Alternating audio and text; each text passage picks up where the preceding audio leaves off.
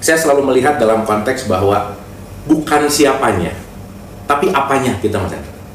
Karena kalau misalnya, saya pernah dapat cerita dari teman gitu ya, bahwa itu kalau ada habaib datang tuh kayak yang gimana banget gitu. Sehingga dalam tanda petik ketika kita justru malah lebih mencintai sosok daripada esensinya, dimana ketika kita bicara sosok itu adalah, saya mungkin ngambil perspektif dari teman-teman kita di Christianity, ada yang disebut imago Dei Mas Hendra, the image of God. Bahwa setiap gambar itu adalah bagaimana tampilan Tuhan. Makanya kalau di tarekat itu kenapa suka nyimpan foto gurunya? Dia kan bukan nyembah gurunya, melihat guru itu sebagai wakilnya Tuhan, gitulah kira-kira. Maka dia representatif sebagai simbol untuk menjadi pengingat kepada Tuhan, gitulah kira-kira. Nah, saya sih ngelihat bahwa gini Mas Hendra, saya mau straight to the point bahwa Quran sendiri bilang kita tidak bisa membeda-bedakan para utusan gitu Mas Hendra. Semuanya selaras para utusan gitu. Jadi kalau di Quran di surat 4 150 sampai 152 itu tidak membeda-bedakan, justru orang yang kafir adalah orang yang membeda-bedakan gitu. Pertanyaan, kalau di hadapan Allah semuanya adalah para utusan dan tidak boleh membeda-bedakan, berarti keturunannya Adam sama keturunannya Nabi Muhammad kan nggak bisa dibedain dong sebetulnya. Secara dalam tanda petik kalau tidak membedakan gitu. Nah, jadi ya entah di situ nanti tetap ada habaib, ya kita tetap respect lah Mas gitu, bahwa balik lagi bahwa bukan siapanya tapi kualitasnya gitu. Yang kita ngambil Imam Ali bicara bahwa apa yang diucapkan tapi bukan siapanya. Nah, satu sih straight point yang saya benar-benar pegang gitu, bahwa di Al-Quran itu sendiri di surat 16 ayat 128 itu ada kalimat gini Mas, Allah beserta orang yang takwa dan berbuat baik. Jadi di situ ada kata-kata Allah beserta orang yang takwa dan berbuat baik gitu. Nah, artinya kalau Allah beserta dengan orang takwa dan berbuat baik, satu poin aja Mas, Allah tidak berbicara pada garis keturunan, tapi berbicara pada garis ketakwaan. Ketakwaan, bukan keturunan. Bukan keturunan. Karena contoh ya, orang tuanya ulama, meskipun anaknya keturunannya juga anaknya sebagai anaknya, belum tentu mewarisi keilmuan bapaknya kan. Betul. Gitu. Jadi nggak ada jaminan seorang raja anaknya juga punya wisdom raja gitu loh, Mas Hendra. Nah, jadi aku ngelihat ini sih sebagai variasi udah pasti gitu ya. Nanti di sini jadi banyak misalkan ya balik lagi ya. Pun kalau misalnya bener-bener yang memegang terah garis keturunan pun iya, dan dia memegang ajaran Rasulullah yang penuh dengan kasih, ya kenapa enggak juga gitu. Kita ambil ajarannya gitu. Tapi saya rasa yang jauh lebih penting adalah bagaimana kita tidak melihat sebagai sosok, Mas. Tapi yang kita lihat adalah apa sih ajarannya gitu. Aku sih concernnya lebih ke situ sih. Iya. Tapi kalau terkait dengan tadi yang disampaikan Kang Abu ya, mengarabkan Indonesia gitu ya, upaya balkanisasi Indonesia itu kan kalau kita telusuri gitu, tetap itu campur tangannya Barat gitu ya. Misal gitu ya, kantornya Hizbut Tahrir di London. Ya. Terus kemudian kantornya Ahmadiyah, Syiah, semuanya dari sana gitu. Artinya politik, perselingkuhan politik dan agama itu cukup kental kan, Bu? Itu kan udah dari lama, Mas. Itu pasti selalu ada. Jangan lupa ketika sesaat, ini lebaynya ya, sesaat Nabi Muhammad meninggal, yang pertama kali diributin sama sahabat kan siapa next-nya gitu. Iya. Bukan memakamkan dulu, tapi langsung who's next? Siapa berikutnya? Penggantinya gitu. Penggantinya. Artinya kan di situ antara kekuasaan, masa, agama, itu kan udah menjadi sebuah satu hal yang nggak bisa terpisah gitu. Bahwa ekonomi ada di situ, kekuasaan ada di situ, politik ada di situ. Dan saya pernah ngobrol sama Islah Bahrawi, Mas Hendra. Alat politik yang paling murah meriah dalam tanda petik gitu ya, murah meriah banget gitu. Bagaimana menggunakan yang namanya belief system. Karena maaf ya, kejahatan berjubah agama itu bisa tampak seperti kebaikan.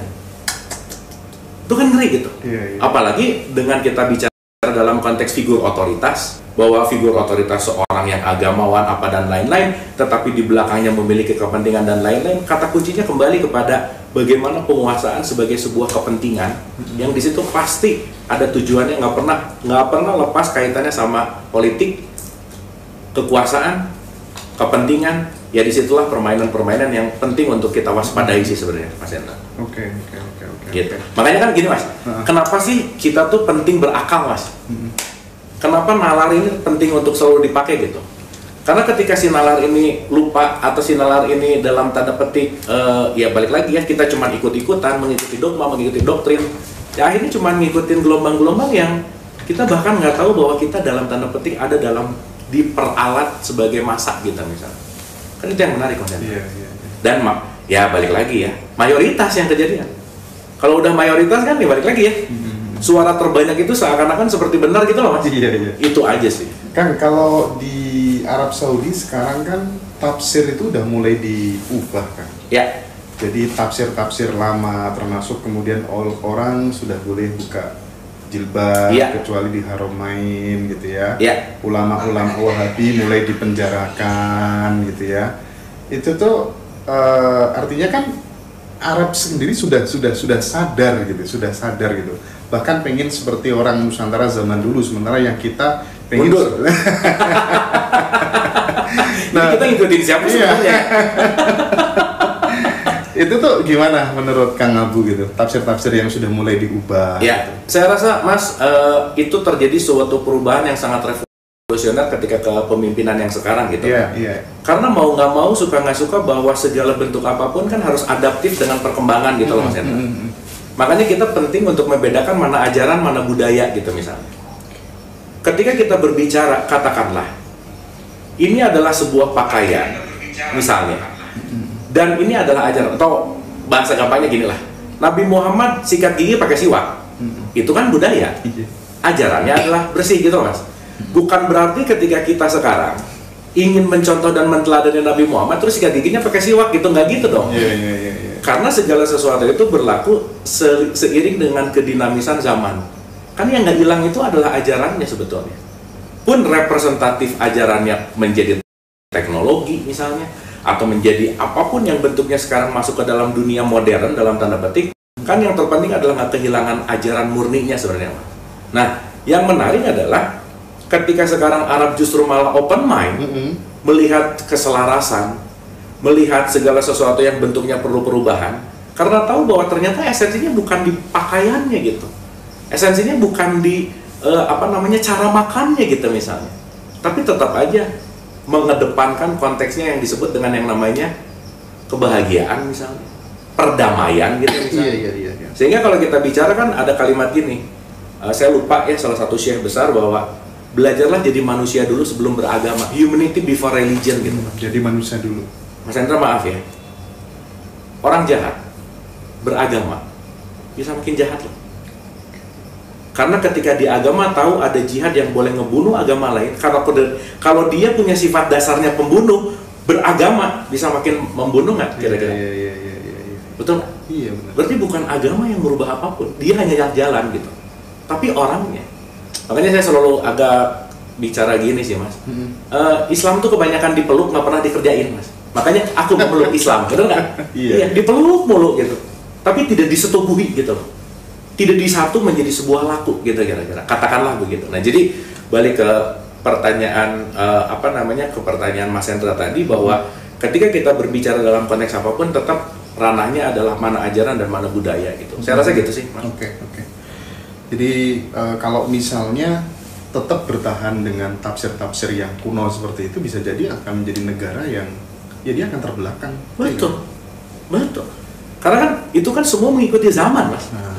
Zaman gitu. Berarti agama-agama yang kemudian sudah tidak sesuai dengan kontekstual zaman bisa jadi usang dan ditinggalkan dong. Lah sekarang kayak banyak gereja dijual misalnya, ya kan? Kasaran kata gini Mas, kalau marketing agama ini nggak asik, siapa yang mau ngikutin? Iya. Gitu loh, dalam tanda petik ya. Sehingga kan perubahan zaman itu akan selalu ada kan. Selalu, setiap yang ada pasti nggak ada akhirnya. Kita tuh manusia pernah nggak ada. Iya. Terus kalau kita nanti nggak ada juga ya udah aja sih gitu. Karena kan alamiahnya bahwa ya semuanya struktur alam semesta kan akan terjadi seperti itu gitu. Makanya kenapa concernnya tidak terletak gini loh. Agama itu kan bukan tujuan Mas, tapi jembatan. Jembatan menuju apa? Salah satunya katakanlah kesadaran gitu. Nah, ketika kita lupa menjadikan agama sebagai jembatan, akhirnya muternya di tafsir tadi. Akhirnya muternya di perbedaan dengan berantem terus gitu misalnya.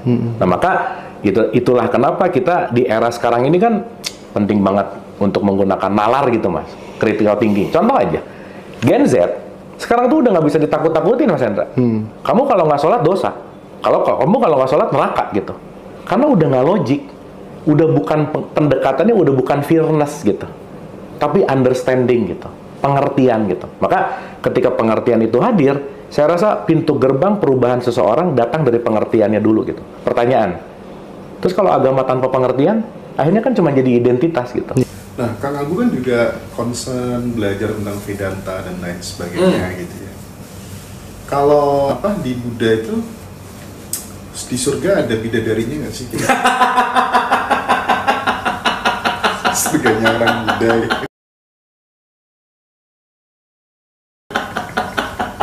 Kayaknya enggak deh. Oh, enggak. Nggak gini loh Mas. Salah satu kecenderungan masyarakat Arab pada saat itu adalah patriarki. Patriarki adalah merendahkan perempuan, ya kan? Dan pasti itu menggila-gilai lah dalam tanda petik. Jadi perempuan budak itu kan asal bisa ditundukkan, dipakai, quote and quote, udah gitu. Sehingga punish and reward laki-laki supaya dia mau ke surga nanti dikasih perempuan deh. Gitu ya ceritanya ya. Iya. Jadi dalam konteks untuk bahwa oke, nanti laki-laki aku akan di sana. Kan ini kasihan Mas, maaf ya, ini banyak banget loh yang nanya bahwa Kang kenapa ya nggak adil, terus kalau kita perempuan gimana nggak dapat bidadara katanya gitu Mas Hendra. Quote and quote gitu. Ya padahal kan ya kalau kita bicara dalam konteks ini ya itulah kenapa kita penting untuk melihat dalam konteks yang namanya perumpamaan. Namanya punish and reward, terus ya dikasih ya apa ya, kalau kamu mendapatkan nanti hadiahnya ini gitu. Di surga ada inilah dan seterusnya gitu. Karena pada saat itu adalah mau mengajak supaya setidaknya melakukan dulu gitu. Tapi kalau kita udah mulai memahami surga dan neraka sebagai non geografis, kan kita akan ngerti bahwa surga neraka bukan nanti gitu loh. Tapi selalu hadir utuh di sini saat ini gitu. Gitu sih. Oke, aku tadi lupa mau tanya soal apa tuh namanya kematian gitu ya. Ya. Kang Abu tadi waktu sama Gus Baraja sempat menyinggung soal kematian. Kematian itu peristiwa air yang membeku menjadi es dan menguap lagi menjadi air gitu. Bagaimana perjalanan kematian itu menurut Menti itu tidak ada gitu. Sementara dari kecil, kita nanti akan mati, kita akan dihisap, kita akan dibangkitkan. Itu bagaimana kan? Ya, gini Mas. Kita melihat perspektif mati ini dari beberapa unsur dulu gitu. Oke. Kita tahu bahwa kita ini punya diberikan tubuh fisik yang punya aplikasi namanya jiwa, tapi diri kita sejati itu adalah sang kesadaran. Jadi aku sekarang membahasakan supaya mudah dicerna, ruh itu apa sih? Sang kesadaran. Sang kesadaran. Sang kesadaran itu yang menyaksikan. Pertanyaan, sang kesadaran kan nggak pernah mati. Iya. Betul nggak? Iya. Sehingga kenapa sih ada kata-kata antamutu qobla mutu, belajar mati sebelum mati? Ini apa maksudnya? Satu. Terus di Quran ada kata-kata fiha abada, akan abadi. Gitu. Sementara kalau kita yang katakanlah itu sang kesadaran, kita bicara masalah energi, salah satu hukum energi itu adalah nggak bisa diciptakan, nggak bisa dimusnahkan, dia hanya bisa melakukan transformasi gitu. Jadi kenapa saya bilang kematian itu hoax dalam tanda petik? Gini Mas, banyak orang tuh takut mati. Tapi pertanyaannya, apakah mereka takut sama mati? Tidak. Takut akan konsep mati. Betul nggak? Karena mati sudah dilekatkan konsep akan begina, begitu, begina, begitu, begina, begitu. Sehingga ketika ada konsep ina itu, bahwa ini dianggap sebagai sesuatu yang dalam tanda petik menakutkan.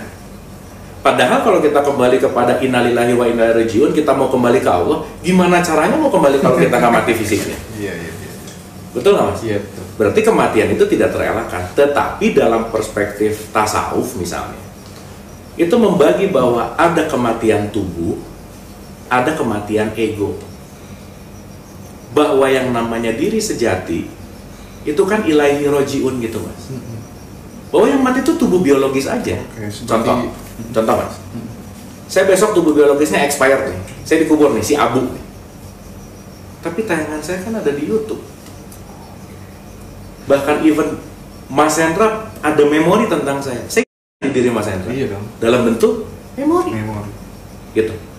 Sehingga konteks yang namanya mati, Soekarno tuh tubuh fisiknya nggak ada, semangatnya masih hidup dong. Sehingga kalau kita ngelihat yang lebih holistik, yang lebih luas tentang kematian, maksud hoax tadi adalah, atau kematian itu nggak ada, tadi itu ada bahwa kematian itu hanya off-nya atau berhentinya tubuh biologis gitu. Itu satu. Yang kedua, contoh Mas, kesadaran bisa aktif kalau yang namanya ego itu off. Makanya belajarlah mati sebelum mati. Kalau egonya mati, kesadaran pasti aktif. Kasaran kata flip-flopnya, kalau egonya off, Allah hadir. Kalau egonya on, Allah ketutup sama ego gitu. Sehingga dalam konteks ini kalau kita bicara tentang kematian, matikanlah egomu. Makanya di Quran itu kulun nafsin, Mas. Setiap yang nafs akan mengalami, mencicipi loh bahasanya. Bukan akan mati. Jadi ketika nafs kita mati, sebenarnya kita lagi hidup. Ketika ego kita mati, Allahnya lagi hadir. Ketika kita lupa, lagi marah, lagi bete, lagi julid, lagi stres, depresi, anxiety, quote and quote kan sebenarnya kita lagi mati, Mas. Karena kenapa? Kesadarannya lagi tertutup gitu. Nah, maka kenapa ada kata belajar mati sebelum mati?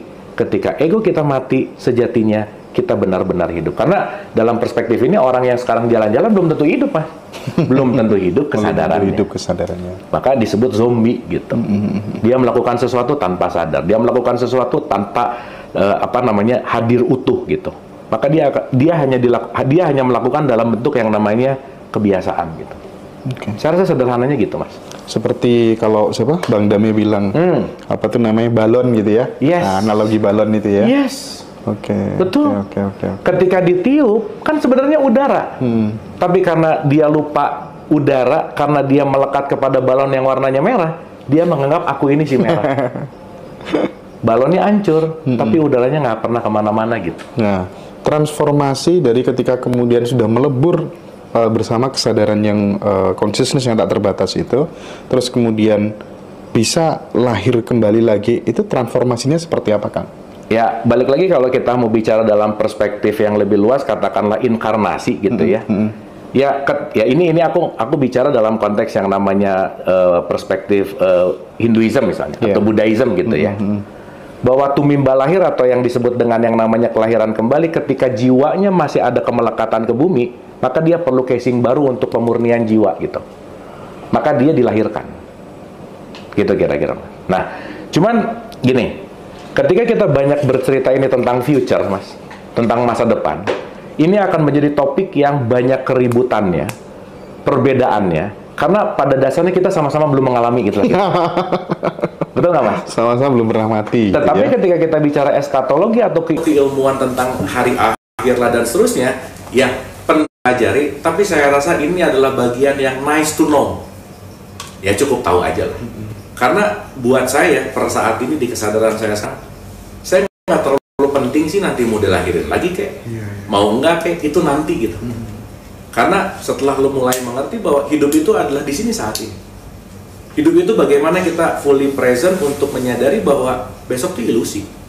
Nanti itu dalam tanda bukan sekarang gitu. Jadi ya kembali bahwa kita sebagai hamba, saya hanya belajar memasrahkan bahwa nanti mau let's say hidup lagi kek, mau enggak kek, mau kemana, selama saya benar-benar belajar untuk melepaskan dan menerima apapun yang diberikan semesta, saya rasa nggak pernah ada masalah sih. Gitu kira-kira. Makanya kan Adawiyah itu kan gini, Mas. Dia yang pernah kita cerita bahwa bawa ember gitu ya, dia pengen memadamkan neraka gitu, bawa api, dia pengen membakar surga gitu. Karena dia bilang bahwa kalau kalian menyembah Allah masih pengen masuk surga dan masih takut neraka, itu tidak ada penghambaan di situ. Yang ada adalah kalkulasi gitu. Itu aja, Mas.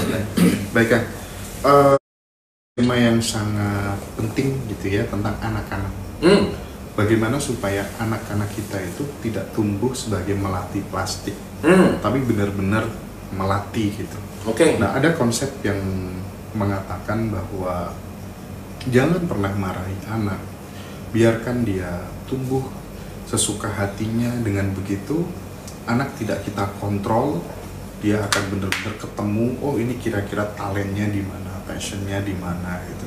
Bahkan si orang tua sampai sibuk minta maaf ke tetangganya setiap hari karena pot tetangga dan lain sebagainya gitu. Nah itu kan agak-agak kontradiktif juga dengan konsep yang lainnya. Oh nggak bisa dong, kalau misalnya anak malas, oh itu harus kita keras. Agak-agak kontradiktif juga dengan konsep yang lainnya. Oh nggak bisa dong, kalau misalnya anak malas, oh itu harus kita keras gitu. Nggak boleh, harus kita keras. Kalau kejam nggak boleh, tapi keras oke, untuk membangun kedisiplinan dia dan seterusnya ini. Ini agak paradoks. Ya. Kang Abu, jalan tengahnya apa ini kira-kira sebagai orang tua kita? Ya, Mas, gini Mas, kita penting dulu menyelami kata orang tua, Mas. Gini. Seseorang menjadi orang tua ketika dia punya anak. Jadi saya selalu membagi dulu analoginya. Kebanyakan kan berperspektif bahwa orang tua melahirkan anak. Aku nggak pernah bosan pengen membagi perspektif ini supaya kita terbuka. Sip. Tetapi maaf ya, kalau ibu bapak yang belum punya anak, dia belum layak disebut orang tua, Mas. Ketika dia punya anak, baru dia layak disebut orang tua. Berarti anaklah yang membuat ibu bapak menjadi orang tua. Betul. Jadi analogi sederhananya, anak melahirkan orang tua. Itu dulu. Oke, satu. Yang kedua, saya juga sering banget nanya dalam perspektif ini. Emang anak dilahirkan sama ibu? Tidak, dilahirkan melalui ibunya. Karena bukan punya ibunya juga. Iya. Nah, sehingga dengan kesadaran seperti ini, kita mulai menyadari, saya tuh selalu bilang gini, Mas Hendra, jadi orang tua itu cuma 9 bulan. Begitu anaknya udah berojo lahir, udah nggak jadi orang tua sebenarnya. Jadi teman bertumbuh. Karena kenapa? Anak adalah guru yang dihadirkan untuk orang tuanya. Pun sebaliknya. Gitu. Nah, yang penting untuk kita sadari dalam proses perjalanan jiwa, katakanlah, setiap anak yang datang itu kan nggak kosongan, nggak polos gitu loh, Mas Hendra. Dia tuh benih gitu loh, Mas. Iya. Berarti kalau dia adalah benih, dia hanya sedang membutuhkan bertumbuh sesuai dengan benihnya. Berarti pertanyaannya, sangat bahaya kalau orang tua tuh nggak pernah tahu benih anaknya apa, Mas.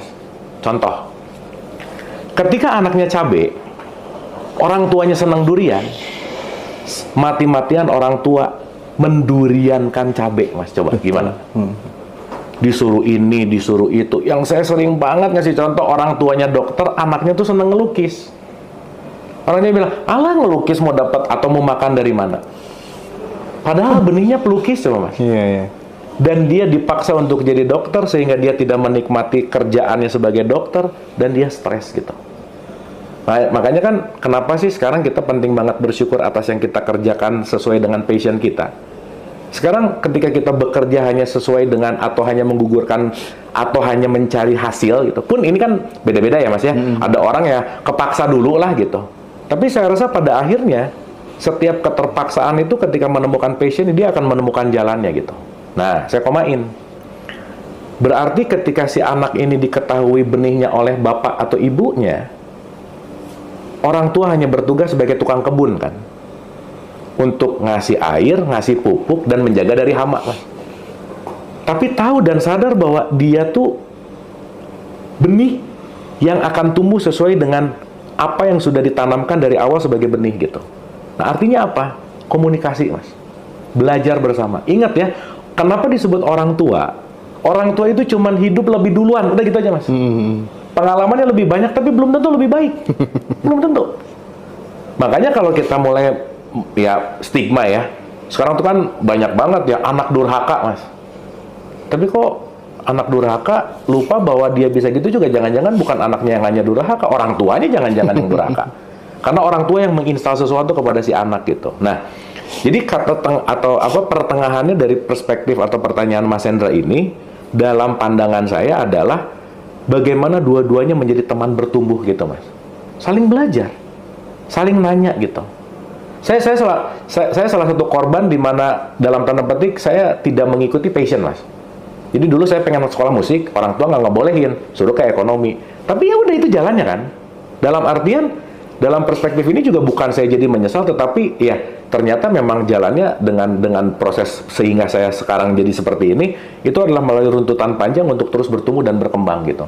Yang lainnya saya sama orang tua saya sekarang semakin terbuka gitu. Nggak maksain, nggak aku lebih benar, nggak kamu yang salah, nggak kamu harus dengerin aku. tapi dua-duanya ada open communication gitu. Saya rasa gitu sih, Mas. Tapi kalau soal teknis misalnya kayak marahin, kamu nggak boleh begini deh, kamu nggak boleh begini, terus kemudian kita agak keras supaya dia disiplin tuh gimana, Kang? Ya, pertanyaannya marahinnya gara-gara parnonya orang tua atau gara-gara situasi yang perlu marah? Jangan-jangan orang tua yang mentalnya nggak beres, ngebuat dia jadi marah-marah gitu loh, Mas. Oke. Ketakutan-ketakutannya sebetulnya nggak real. Tapi ketakutan yang ada di pikiran orang tua gitu, di ilusi emosinya orang tua gitu misalnya. Nah, yang normal itu kemarahan yang seperti apa yang bisa dibenarkan, kemarahan orang tua kepada anak pada saat anak melakukan apa? Contoh gini, Mas, kemarahan itu kan bisa disadari. Ada dua, Mas. Marah nggak masalah, melampiaskan emosi yang bermasalah. Oke. Jadi ketika marah sadar bahwa, contoh, anak SD, wah aku pengen RX King misalnya, SD, kamu ya nggak dikasih karena sadar bahwa kamu belum waktunya gitu. Berarti kan di situ ada alasan khusus, reason, di mana kemarahannya tuh bukan karena pelampiasan emosi gitu. Nah, urusan boleh atau enggak itu kan teknis juga sih ya, Mas ya. Yeah. Dalam setiap keluarga, dalam setiap relationship orang tua sama anak pasti punya stylenya masing-masing sih. Tetapi yang menurut saya jauh lebih penting adalah marah orang yang sadar dan marah orang yang melampiaskan emosi, apalagi emosi ini adalah bawaan dari sebelumnya, ini yang akan membawa luka sih sebenarnya. Dan luka itu yang diwariskan gitu. Nah pertanyaannya, kalau kita terus diwariskan luka, tanpa sadar kita akan mewariskan luka kepada generasi yang akan datang. Makanya penting untuk stop di kita gitu loh, Mas. Iya, Kang. Itu sih poin pentingnya. Oke. Kang Abu, kapan hari kita pernah, mungkin ini di 2 pertanyaan terakhir ya, Kang. Kita pernah ngobrol soal derajat kesadaran atau apa itu ya yang sampai 7 atau berapa relationship, ya? derajat keterhubungan. Ya, derajat keterhubungan gitu. Di poin terakhirnya kan ting gitu kan ya. Kita ini satu dan terhubung dengan semuanya gitu kan. Nah, sehingga mendoakan orang lain juga akan kembali kepada diri kita. Mungkin akan seperti itu gitu ya. Membantu orang lain, membantu kita. Itu yang sering Kang Abu sampaikan. Bahkan yang disebut rezeki itu justru yang kita keluarkan. Ada cerita menarik ketika orang hidupnya susah, tapi justru dia selama 2 tahun dia concern ketemu pedagang kaki lima, ketemu pengemis, dia doakan semuanya, doakan selama 2 tahun gitu. Dan hidupnya berubah sangat dahsyat secara level kemakmuran dan seterusnya gitu. Bagaimana Kang Abu menjelaskan fenomena itu? Ya, gini Mas Hendra. Kalau kita melihat dalam dualitas, kita ini hanya terbatas oleh kulit, Mas. Kita tuh dibatasin kulit nih. Iya. Kalau lepas dari kulit, kita satu kesatuan. Oke. Betul nggak? Iya, benar. Berarti dalam kesadaran sudah tidak ada lagi mendoakan orang lain. Siapa orang lain di situ? Betul nggak, Mas? Iya, benar. Dalam layar yang sama, udah nggak ada lagi partikel-partikel, semuanya satu layar. Maka saya sama Mas Hendra dalam fisik memang berpisah. Tapi ketika kita menyadarinya dalam konteks kesadaran, kita terpisahnya dari mana, Mas? Maka hanya dalam heninglah kita bisa menyatu gitu. Maka kenapa puncak yang nomor 7 itu cuman nggak ada makna. Dan ketika kita melepaskan makna, kita akan menuju kepada realitas gitu. Itu satu. Sehingga ketika tadi orang itu melakukan dengan kesadaran, ya doa apapun itu gitu, dan dia sadar bahwa yang dilakukannya itu adalah tidak ada lagi kamu dan aku, disitulah penyatuan gitu. Kan nggak ada boundaries lagi, Mas. Masa yang misalnya ya, aku mendoakan orang. Makanya kalau di Quran ngomong, kalau kamu nolong satu orang sama dengan nolong keseluruhan orang. Kalau kamu jahat sama satu orang, kamu akan jahat juga sama keseluruhan. Karena pada dasarnya kita ini satu kesatuan tanpa, dalam tanda petik ya, dalam kesadaran, nggak ada yang terpisah, Mas. Kita ini kan dipisahin konsep aja. Kita ini dipisahin fisik aja gitu. Gitu intinya. Nah, jadi kalau tadi Mas Hendra bilang bahwa ada orang doa terus apa dan lain-lain, ya karena dia melampaui gitu. Dan saya rasa dia bukan hanya berkata-kata sih, tapi dia benar-benar menetralkan, menyatukan, dia melepaskan benci, Mas. Dia nerima semua realitas, dan puncak penerimaan itu yang membuat dia bisa enjoy dalam setiap momen. Impact-nya apa, Mas? Bisa lebih fokus, ngelihat sesuatu yang asalnya nggak kelihatan. Mas Hendra kalau lagi chaos, ide-ide nggak akan keluar, Mas. Iya dong, pasti. Betul nggak? Mas Hendra kenapa bisa sampai punya ide sampai ini dan lain? Karena semua yang ketertutupan itu pelan-pelan dikikis gitu. Terkikis. Oh, aku dulu nggak kepikiran bahasa. Iya. Aku nggak keidean karena kenapa? 5 tahun, 4 tahun, 3 tahun, bahkan seminggu yang lalu kan kita nggak pernah sama gitu. Nah, jadi pada dasarnya mungkin dalam perspektif ini, aku detailnya gimana kan nggak tahu ya, tetapi dalam perspektif ini adalah ketika kita sudah melampaui dualitas, udah nggak ada aku dan kamu lagi, adanya kami gitu loh. Adanya kami. Maka kami ciptakan. Oke. Udah nggak ada dualitas lagi gitu. Gitu Mas Hendra.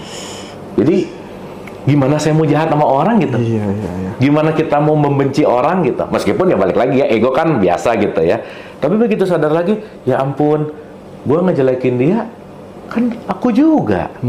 Refleksi gitu. Iya. Makanya pasti kembali gitu. Betul. Dan hukum itu nggak bisa lepas gitu, Mas. Itu namanya the law of projection. The law of projection. Dan semua yang keluar itu proyeksi dari dalam gitu. Gitu, Mas. Nah, yang menarik, kalau memproyeksikannya film Bollywood, tapi pengennya Marvel, ya nggak bisa, Mas. Pasti drama terus gitu. Nah, yang kebanyakan orang pengen kejadian, ngerubah tampilan filmnya, tapi nggak ngerubah kualitas proyektornya gitu. Tapi kalau kita sudah stay di situ terus, bahkan tanpa minta pun, semuanya datang dengan mudah begitu ya, Kang ya? Yang menarik satu, Mas, udah nggak minta. Udah nggak minta. Tanpa minta pun, sudah sempurna apa adanya. Emang gitu Mas terakhir ini minta apa sih? Ngalir. Tiba-tiba ada di Bali, ada di sini. Iya, Kang, ya. Apalagi yang Mas Hendra minta coba dalam tanda petik ya. Karena udah masuk ke dalam fase sekarang yang disebut jatuh tempo. Semua yang ditanam kemarin sekarang udah jatuh tempo gitu, Mas. Gitu kira-kira. Maka puncak dari semua doa itu kan udah nggak ada lagi permintaan. Makanya ya Allah itu bukan ya Allah sih, yes Allah. Apapun yes aja. Apapun oke. Apapun ya udah gitu. Dalam artian kita benar-benar mengalir dengan apapun yang dalam skenario besarnya gitu, Mas. Dan kalau udah nggak ada minta, gimana mau kecewa caranya, Mas? Orang nggak ada lagi minta. Gitu. Nanti ada lagi sedikit, tapi sadar lagi. Kan bolak-balik gitu. Hidup kan selalu dinamis, kolaba berbolak-balik gitu. Inilah kenapa Kang Abu di mana-mana selalu menekankan pentingnya untuk kita kembali ke kesadaran gitu ya, keutuhan gitu ya. Karena ya itu puncak dari spiritual ya itu sebenarnya. Betul. Ya, Kang ya. Betul.